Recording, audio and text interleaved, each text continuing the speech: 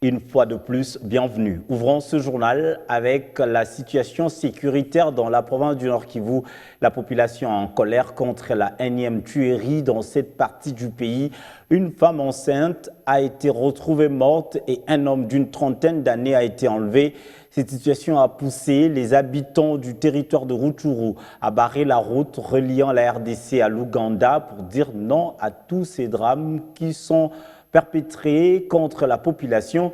Ils ont lancé un appel aux autorités politico-militaires pour mettre fin à l'activisme de ce groupe et au mouvement rebelle. Un reportage signé Patrick Sialoua, notre correspondant dans la région.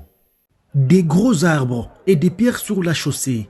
C'est ainsi que la route Goma poste frontalier de Bunagana, en allant vers l'Ouganda, a été bloquée la journée de vendredi au niveau des villages Kabinzi et Tchengerero, en territoire de Rutshuru, chefferie de Boucha. La cause de cette manifestation était l'assassinat la nuit du jeudi d'une femme enceinte à Bunagana et le kidnapping d'un homme d'une trentaine d'années dans l'agglomération de Kabinzi. Pour les habitants en colère de cet axe de la chefferie de Boucha, l'insécurité est devenue persistante à Rutshuru, sous l'œil impuissant des autorités, tant civiles que militaires. Pour les mois Mindese de la chefferie de Boucha, il est plus qu'urgent pour que tout le monde s'implique dans la recherche de la paix et non laisser la tâche au seul service de sécurité. Il y a beaucoup de problèmes qu'on a pu résoudre. Donc les problèmes dans une entité aussi importante, il y en a toujours.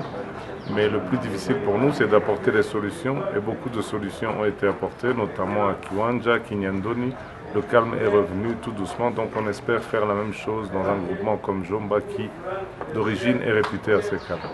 C'est une entité qui fait des problèmes de tout temps, on va dire.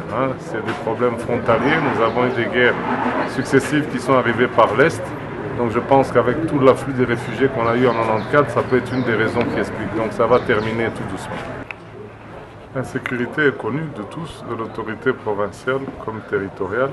Le message, c'est d'essayer de faire tout pour collaborer avec les forces de sécurité. C'est la seule façon d'espérer amener la paix. C'est-à-dire que la sécurité est une affaire de tous. On ne peut pas laisser ça entre les mains des seules forces de sécurité. Nous avons aussi notre part dans cette stabilité. Pour rétablir la circulation sur cet axe routier, il a fallu l'intervention de l'armée.